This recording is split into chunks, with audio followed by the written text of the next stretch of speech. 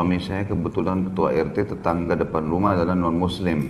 Apa yang harus kami lakukan apabila tetangga depan rumah mengalami musibah, meninggal dunia? Kalau dia masih sakit, hanya sakit, nggak ada masalah. Non-muslim bisa kita jenguk kalau sakit. Jangan pernah melakukan apapun yang berhubungan dengan masalah ritual mereka. Kematian itu acara ritual, nggak boleh hadir lagi. Walaupun orang tua sendiri.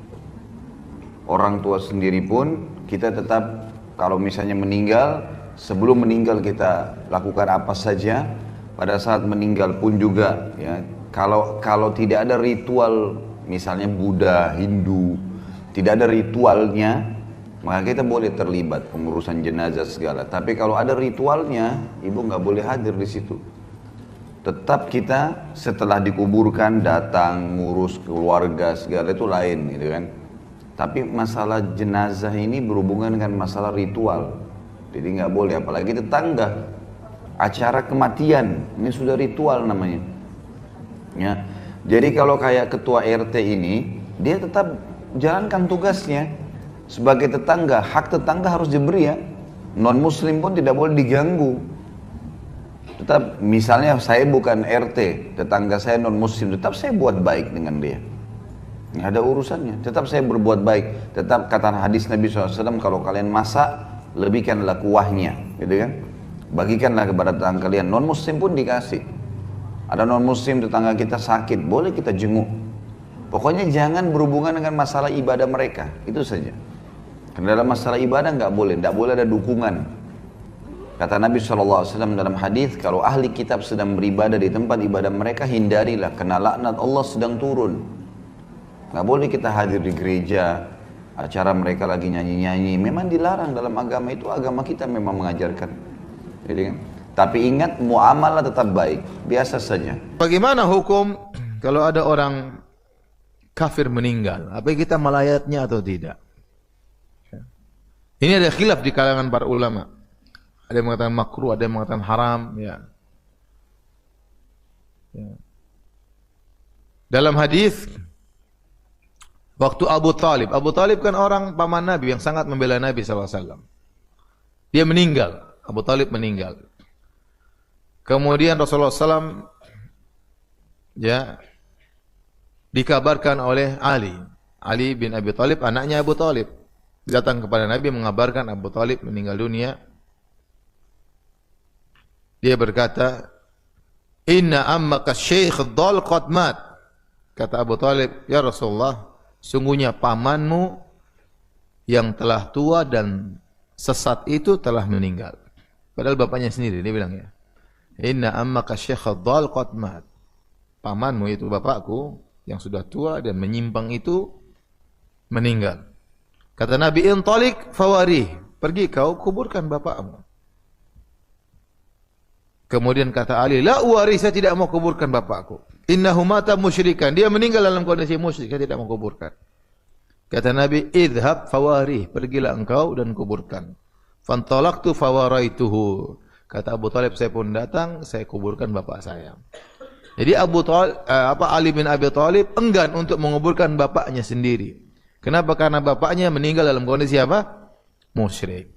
Tetapi Nabi tetap suruh dia untuk menguburkan. Dari sini sebenarnya mengatakan, kalau ternyata kerabat yang meninggal tersebut adalah seorang kerabat kita, terutama kalau tidak ada diurus oleh keluarganya yang kafir-kafir juga, maka kita yang ngurusin.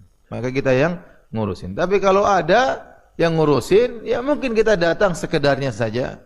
Tapi tidak boleh kita doakan dengan doa ampunan dan rahmat, tidak boleh. Ya. Tidak boleh kita bilang rahimakallah, tidak boleh. Allah yarhamuh, tidak boleh. Ya. Semoga Allah mengampuni dosa-dosanya, tidak boleh. Semoga Tuhan memberkatinya, tidak boleh, karena dia orang apa? Kafir.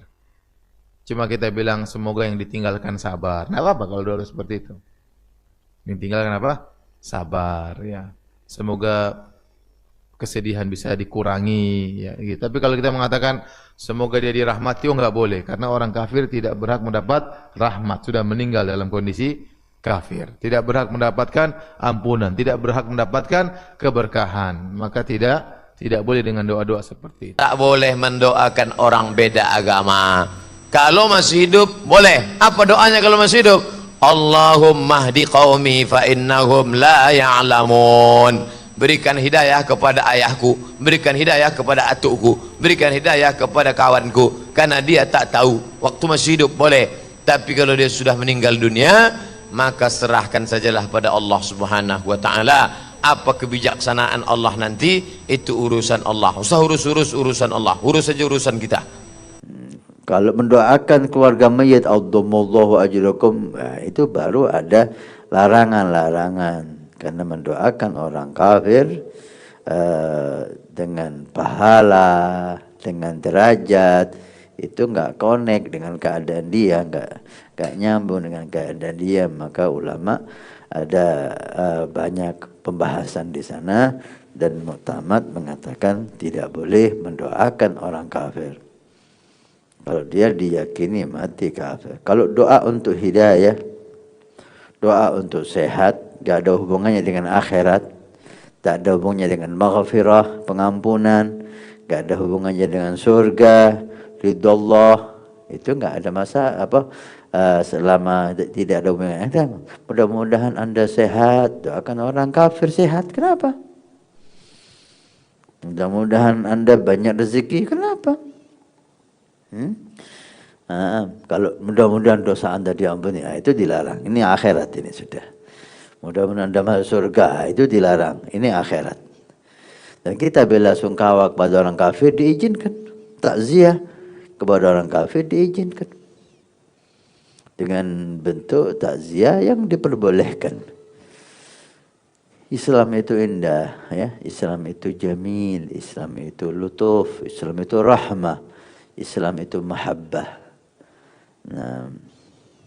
السائل: أنا طالب من البلد الفلان، توفي والد زميل مسلم لكن أبوه كافر، قال فهل يصح تعزيته في والده؟ وما الصيغة التي تقال؟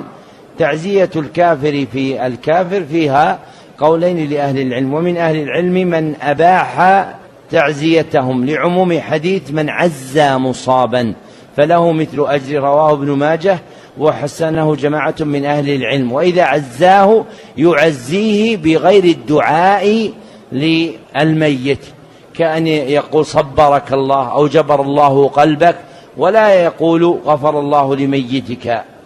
تعزية المسلم في الكافر، وأيضا تعزية الكافر في الكافر هي مندرجة في عموم هذا الحديث عند القائلين بجواز ذلك.